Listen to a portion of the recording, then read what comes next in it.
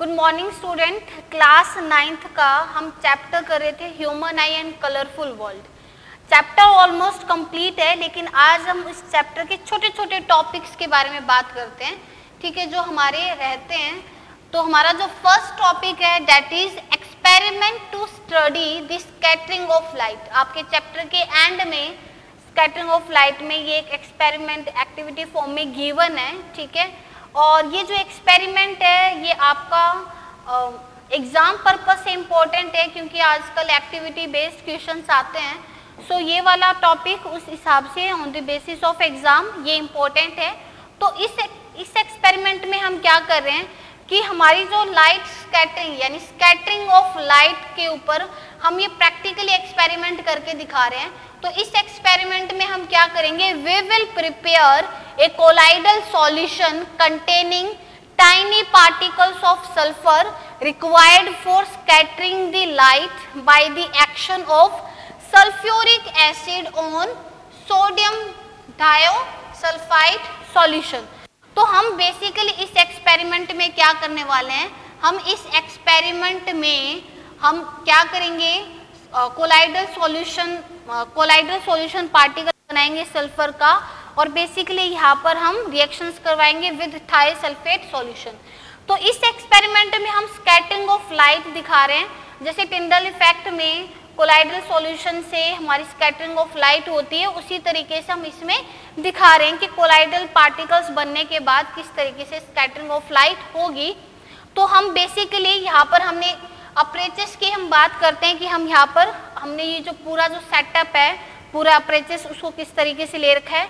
ये आपका है एस, ठीक है, दिस इज योर एस, इसको हम बोलते हैं सोर्स ऑफ लाइट, ठीक है। हमने सोर्स ऑफ लाइट ले लिया है, कोई भी सन ले लिया है, ठीक है, व्हाइट लाइट लिया है, एक्चुअली मैंने सोर्स ऑफ व्हाइट लाइट लिया है, ठीक है, सोर्स ऑफ व्हाइट लाइट। तो या बेसिकली आप सन ले सकते हो, टॉर्च ले सकते हो, व्हाइट लाइट, ठीक है। उसके बाद यहाँ पर मैंने कन्वेक्स ले लिया है L1। तो अब आप देख रहे हो कि हमने जो सोर्स है वो इस कन्वेक्स लेंस के फोकस पे रखा है, ठीक है। आपने इजीली कर रखा है ये चीज कि अगर एक लेंस है, ठीक है, और फोकस से जब रे क्रॉस होंगी तो वो कैसे जाएंगी, पैरेलल, ये आपने बता रखा है। तो हमने सोर्स को रखा है source kept at focus of this convex lens, जिसको हमने L1 से डिनोट कर दिया है। तो जब फोकस से रे आती हैं तो क्या हो जाएगी, पैरेलल। तो यहाँ आपको क्या मिल रही है, पैरेलल बीम मिल रही है।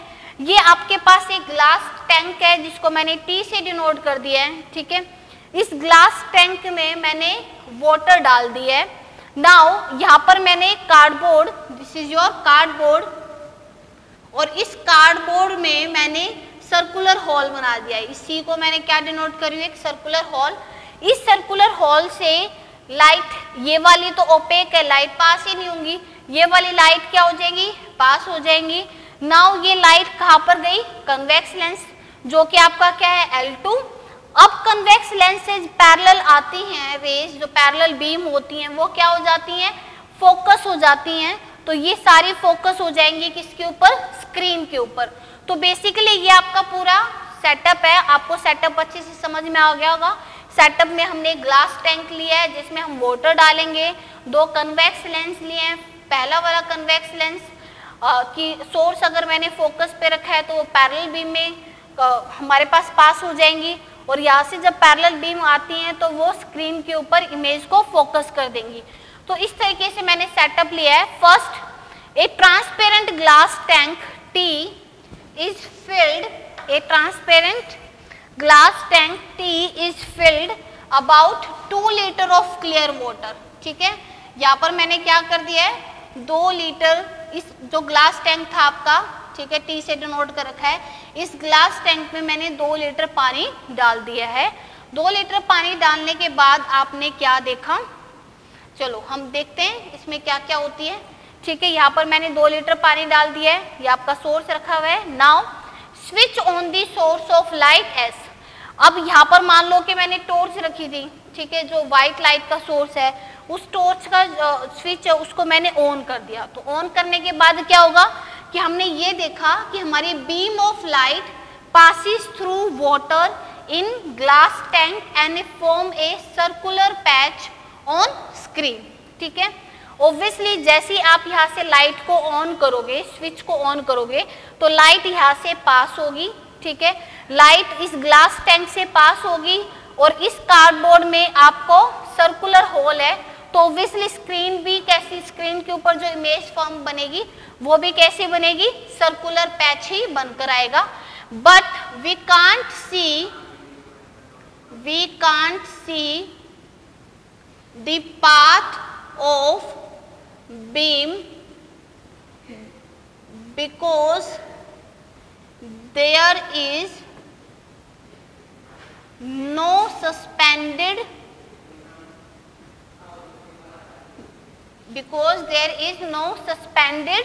particle to scatter the beam.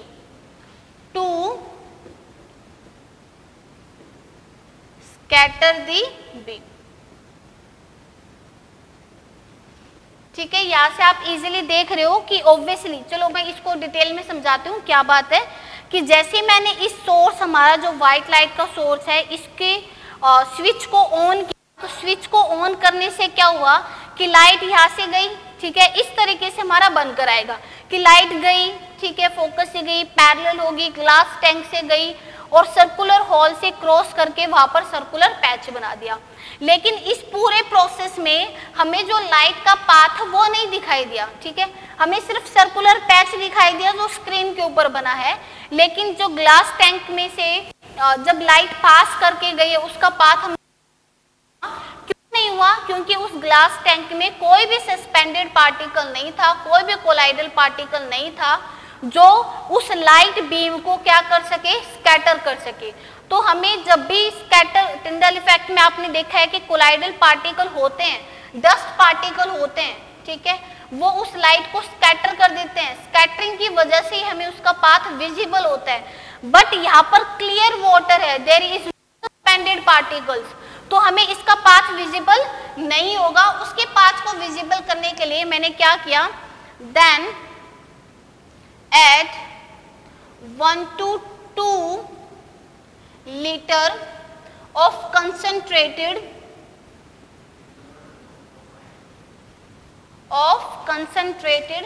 sulfuric acid to the water. हमने यहाँ पर क्या किया है, सल्फ्यूरिक एसिड, हमारे पास टोटल 2 लीटर क्या था, क्लियर वाटर था. उस 2 लीटर में मैंने 1 to 2 ml concentrated sulphuric acid को ऐड किया है वाटर में. Then fine microscopic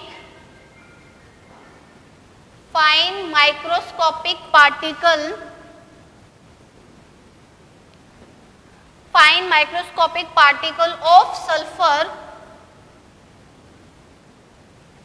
begins to form. ठीक है, आपके क्या होंगे, कोलाइडल पार्टिकल्स है वो बनना स्टार्ट हो जाएंगे. begins to form in water and a colloidal solution is obtained.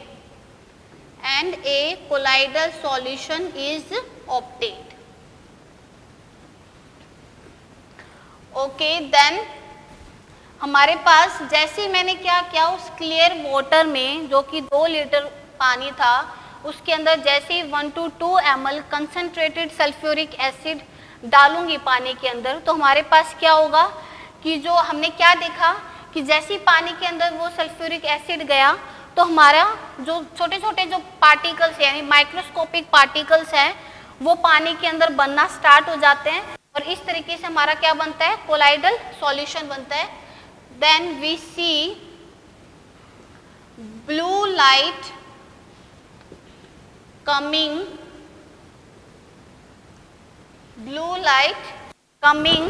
From the source.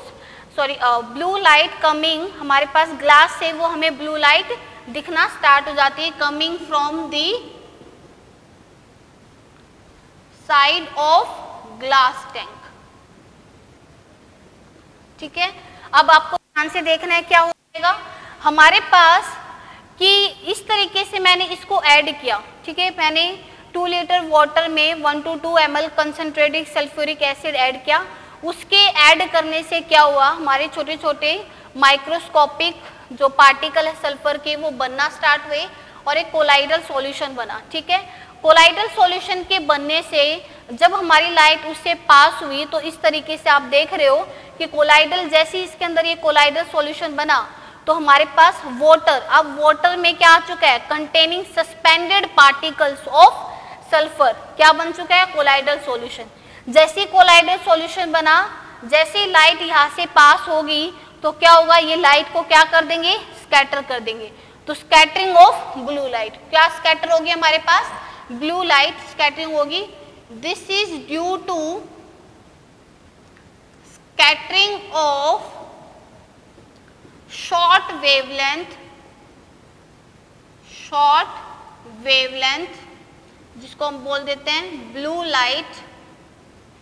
This is due to scattering of short wavelength blue light due to colloidal sulphur particle.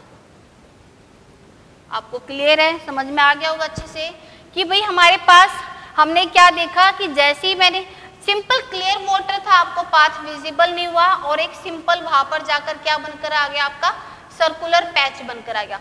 Red नहीं बना है, ये red वाला तो बाद में है, जब हम आगे ये प्रोसेस में बताएंगे, वहां सिंपल सर्कुलर पैच बनकर आया व्हाइट कलर का ही। लेकिन नाउ मैंने इस 2 लीटर वाटर में 1 to 2 ml सल्फ्यूरिक एसिड डाल दिया। उसकी वजह से डालने से क्या हुआ कि हमारे पास जो माइक्रोस्कोपिक पार्टिकल्स है सल्फर के वो बनना स्टार्ट हुआ, एक कोलाइडल सॉल्यूशन बना। कोलाइडल सॉल्यूशन बनते ही क्या होगा, when light pass through this colloidal solution, हमारी लाइट क्या हो जाएगी, स्कैटर हो जाएगी। ठीक है, और हमें पास में विजिबल होगा और हमारे पास स्कैटरिंग कौन सी होगी, ब्लू कलर की लाइट स्कैटर होगी। तो हम क्या देखेंगे कि इसकी साइड वॉल से हमें क्या दिखाई दे रही है, ब्लू कलर की लाइट दिखाई दे रही है। ऐसा क्यों हुआ है, क्योंकि due to scattering of short wavelength, कि यहाँ पर जो सबसे छोटी वेवलेंथ थी, white light is the composition of VIBGYOR. ठीक है, जिसमें ब्लू का क्या होता है, वॉयलेट ब्लू का क्या होता है, छोटी वेवलेंथ होती है, रेड की क्या होती है, ज्यादा होती है।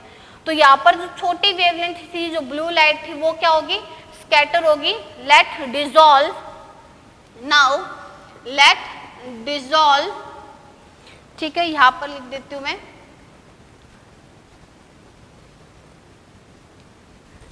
लेट, आगे हमने क्या किया, लेट डिसॉल्व 200 ग्राम, मैंने 200 ग्राम सोडियम थायोसल्फेट को मैंने ऐड किया, किसमें, वाटर में। ठीक है, नाउ हमारे पास क्या हो जाएगा, mainly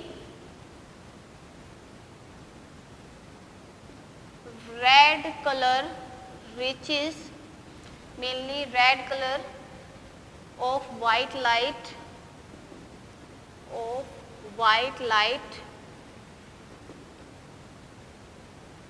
which is the screen after passing through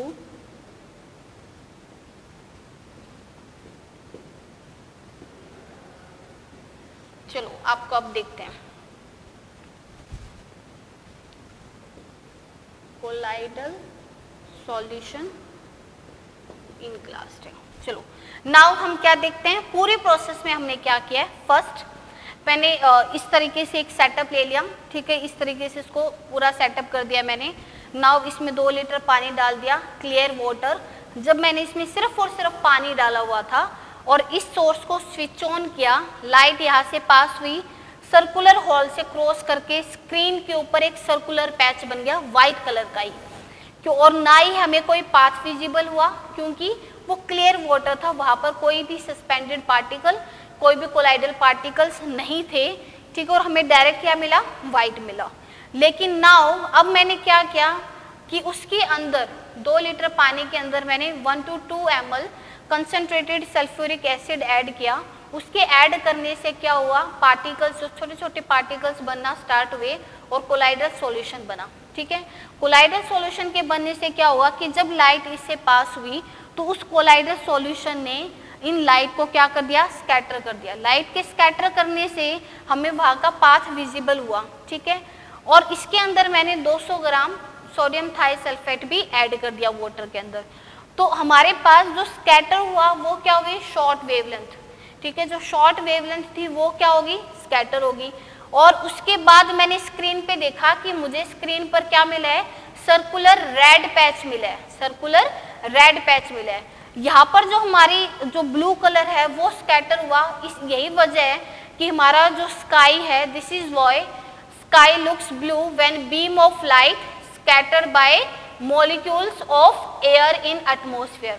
तो जैसे यहाँ पर कोलाइडल पार्टिकल्स थे, उनकी वजह से लाइट टकराई और हमें यहाँ पर क्या हुआ, ब्लू लाइट स्कैटर हुई और हमें ग्लास टैंक की साइड से क्या दिखाई दी, ब्लू लाइट। वैसे ही स्काई में हमारी जो वाइट लाइट है, जो सन की लाइट है, वो एयर मॉलिक्यूल से टकराती है, स्कैटर हो जाती है, तो स्काई हमें कैसा दिखाई देता है, ब्लू कलर का।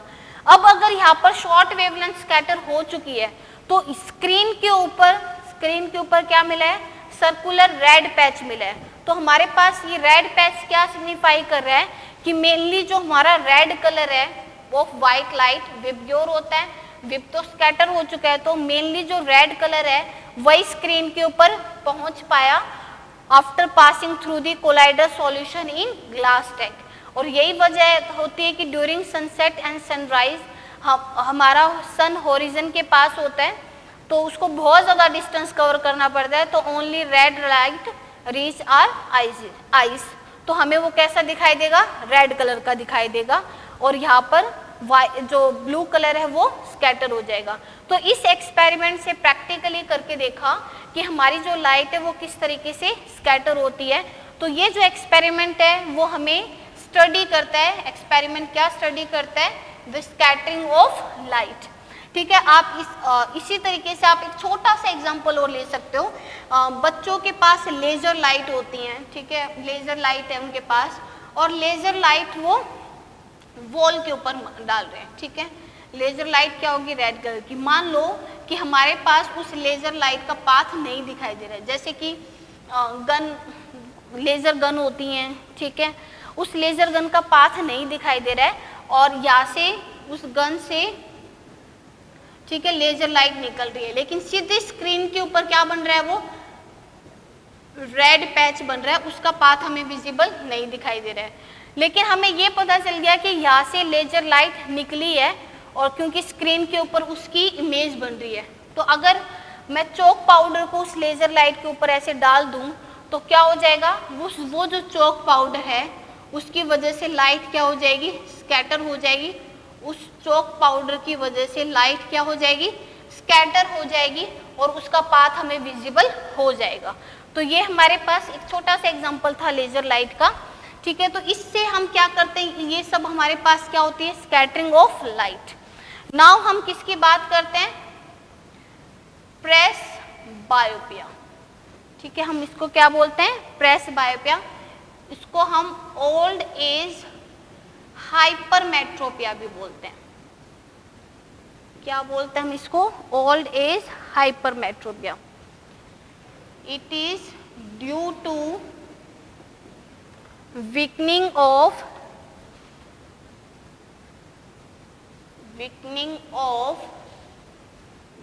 ciliary muscles,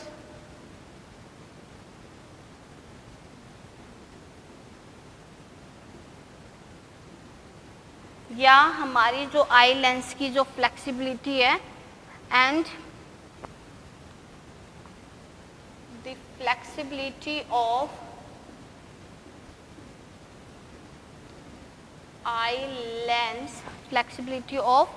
eye lens decrease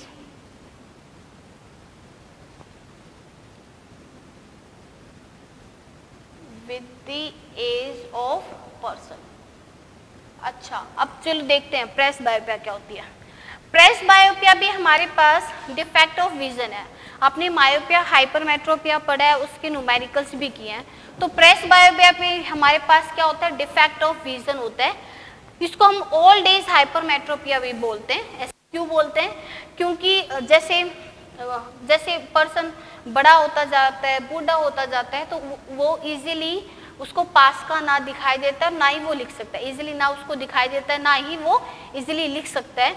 तो हमारे पास क्या होता है कि वो इजीली नियर बाय ऑब्जेक्ट्स को नहीं पढ़ पाता है, उसको नहीं देख पाता है। तो वो हमारे पास क्यों होता है, उसी डिफेक्ट को हम क्या बोलते हैं, प्रेस बायोपिया। तो प्रेस बायोपिया हमारा डिफेक्ट ऑफ विजन होता है, जिसमें जब पर्सन ओल्ड एज हो जाता है, यानी बुढ़ापे में, ठीक है, जब वो बूढ़ा हो जाता है तो उसको नियर बाय ऑब्जेक्ट्स क्लियरली नहीं दिखाई देते हैं। इसी डिफेक्ट को हम प्रेस बायोपिया बोलते हैं, ठीक है। इसलिए हमने इसका नाम भी बोला है ओल्ड एज हाइपरमेट्रोपिया, क्योंकि हाइपरमेट्रोपिया में आप पास का नहीं देख सकते हैं, दूर का इजीली देख लेते हैं। तो ओल्ड एज हाइपरमेट्रोपिया, इसका कारण क्या है, इसका कॉज क्या है? इसका कारण क्या है? Due to weakening of ciliary muscles, कि जो सिलेरी मसल्स हैं जो आई लेंस को होल्ड करके रखती हैं, वो क्या हो जाती हैं, वीक हो जाती हैं, वो कमजोर हो जाती हैं, या फिर हम और उसके साथ क्या हो जाएगा, वो कमजोर हो जाती हैं तो आई लेंस की जो फ्लेक्सिबिलिटी है वो घट जाती है, वो डिक्रीज हो जाती है। तो इसको हम क्या बोल सकते हैं, प्रेस बायोपिया। देखो हमने हाइपरमेट्रोपिया केस में क्या कहा था कि नियर बाय ऑब्जेक्ट्स की जो इमेज थी वो बिहाइंड द रेटिना बनी थी, ठीक है। उसका कारण क्या था, दो कारण थे, कि या तो जो लेंथ है आई बॉल की वो डिक्रीज हो जाती है, या जो फोकल लेंथ है आई लेंस की, focal length of eye lens वो इंक्रीज कर जाती है। तो ये दो केस थे हाइपरमेट्रोपिया के। किसके केस थे, हाइपरमेट्रोपिया के। प्रेस बायोपिया में भी इसी तरीके से नियर बाय ऑब्जेक्ट्स की इमेज बनकर आती है, बट उसका जो कारण होता है वो ये नहीं होता, आई बॉल डिक्रीज नहीं होता है, उसका सिर्फ क्या है कि फोकल लेंथ आई लेंस का क्या हो जाता है, इंक्रीज होता है, और जो लेंथ आई बॉल की वो क्या रह जाती है, नॉर्मल ही रहती है। आई बॉल की लेंथ क्या रहेगी, नॉर्मल, ठीक है। आई बॉल की लेंथ में कोई चेंज नहीं आएगा, सिर्फ और सिर्फ फोकल लेंथ जो आई लेंस का है वो क्या हो गया, इंक्रीज हो गया। इसलिए हमने इसको हाइपरमेट्रोपिया नाम ना देके प्रेस बायोपिया बोला है, क्योंकि प्रेस बायोपिया जो डिफेक्ट है, ठीक है, ये कोई बीमारी नहीं है, ना ही इसको हम ठीक कर सकते हैं, ठीक है। और लेकिन ये एक डिफेक्ट है जो बुढ़ापे में आता है, जब उसकी सिलेरी मसल्स वीक हो जाती हैं, ठीक है, और उस केस में उसकी जो फ्लेक्सिबिलिटी आई लेंस की वो भी डिक्रीज हो जाती है, तो उसको पास का नहीं दिखाई देगा। तो इसलिए हम इसको बोल देते हैं ओल्ड एज हाइपरमेट्रोपिया। इसमें आई लेंस की फोकल लेंथ बढ़ जाती है, सिर्फ ये कारण। ओके, दूसरा हम क्या बोलते हैं कि कभी कभी जो मैंने बोला भी था ये चीज कि उसको जो बूढ़े लोग होते हैं ना, उनको पास का दिखाई देता है, ना ही उनको दूर का दिखाई देता है। तो इस केस में वो चश्मा लगवाएंगे, डॉक्टर के पास जाएंगे, तो उस टाइम पे हमारे पास इसको क्योर करने के लिए, इसको करेक्ट करने के लिए हमने क्या लगाया था, कन्वेक्स लेंस। क्या लगाया था हमने, कन्वेक्स लेंस। तो हम इसका करेक्शन कैसे कर सकते हैं, वही हम कर सकते हैं इसको कन्वेक्स लेंस लगवा के, ठीक है। और अगर उसको दोनों ही नहीं दिखाई दे रहे, ना पास का ना दूर का, तो उस केस में हम क्या करेंगे, यहाँ पर लगवा देंगे कनकेव और यहाँ क्या लगवा देंगे, कन्वेक्स। तो क्लियर है। तो ये था आपका प्रेस बायोपिया। एक छोटा सा क्वेश्चन है कि हम इंसानों की दो आंखें क्यों होती हैं, एक आंख से काम क्यों नहीं चल सकता, है ना। हमारी इंसान की दो आंखें होती हैं, एक आंख से भी तो हम ऐसे करके भी तो देख ही सकते हैं, हमारी दो आंखें क्यों होती हैं। पहला कारण है कि हमारी दो आंखें होने का कारण है, first, wider field of view. Wider field of view, हमारी जो एक आंख से, वन आई से हम एक आंख से 150 डिग्री तक देख सकते हैं। अगर आप इसको बंद करोगे तो ये आपका 90 है, ठीक है, और आप इतने तक देख सकते हो, तो ये आपका क्या हो जाएगा, टोटल 150। तो एक आंख से आप 150 डिग्री देख सकते हैं, लेकिन दोनों आंखों से आप 180 डिग्री तक देख सकते हैं, यहाँ से लेकर यहाँ तक, पीछे का नहीं देख सकते हो, यहाँ से लेकर यहाँ तक स्ट्रेट लाइन। तो ये आपका क्या हो गया, टोटल 180 डिग्री। तो फर्स्ट कारण यही है दो आईज होने का कि हमारे पास क्या देता है, हमें वाइडर फील्ड ऑफ व्यू मिलता है इन दो आंख से। और जैसे ही अगर मैं एग्जांपल लूँ, खरगोश, हिरन, चिकन जो ये होते हैं, इनकी जो आँख है हमारी जो हेड के बिल्कुल यहाँ है हमारी आइस, लेकिन जो रैबिट होता है, जो हिरन होती हैं, उनकी जो आँखें होती हैं वो थोड़ी साइड में होती हैं, थोड़ी सी यहाँ साइड में होंगी। उसका कारण भी वही है क्योंकि उसकी साइड में होने की वजह से उनका थोड़ा हमसे ज़्यादा वाइडर फील्ड ऑफ व्यू होता है, उनका थोड़ा और ज़्यादा होता है। तो यही अगर कोई कार्निवोर एनिमल आया है, यानी कोई शेर, चीता, अगर उसको खाने के लिए आया है तो उसको इजीली दिखाई दे जाता है और वो भाग सकता है, बच सकता है। तो ये इसका रीज़न भी क्या होता है, वही वाइडर फील्ड ऑफ व्यू। तो हमें ये क्या मिलती है, वाइडर फील्ड ऑफ व्यू मिलती है। दूसरा इसका कारण क्या होता है, हमारे पास देखो दोनों जो आँखें हैं इनके बीच में गैप है, इन दोनों आँखों के बीच में क्या है, गैप है। तो अगर आपने ऐसे देख रहे हो तो ऑब्वियसली दोनों का एंगल क्या बन रहा है, सेम। लेकिन अगर आपने इसको ऐसे रखा तो ये तो देख रही है स्ट्रेट, लेकिन इसका एंगल क्या हो चुका है, अलग हो चुका है। इसका एंगल तो ये तो हो गया स्ट्रेट, ठीक है, लेकिन अगर यहाँ से देखोगे तो इसका एंगल क्या हो चुका है, अलग हो चुका है। तो ये दो डिफरेंट एंगल से जो दो डिफरेंट इमेज ब्रेन के ऊपर बनती है, तो हमारे पास जो ब्रेन है वो उसकी 3D इमेज दे देता है, यानी किस हाइट पे है, कितनी गहराई में है, कितनी उसकी एग्जैक्ट लोकेशन है, ये सब वो इजीली डिटरमाइन कर लेता है। तो इसी वजह से हमारी जो आईज है वो दो होती हैं और एट ए सेपरेट डिस्टेंस होती हैं, इसके कारण यही है। तो ये छोटे छोटे क्वेश्चंस थे, ठीक है, ऑब्वियसली एग्जाम पर्पस से ही नहीं है, ये आपकी नॉलेज के लिए है। चैप्टर कंप्लीट हो चुका है, थ्योरेटिकल चैप्टर है, देयर इज नो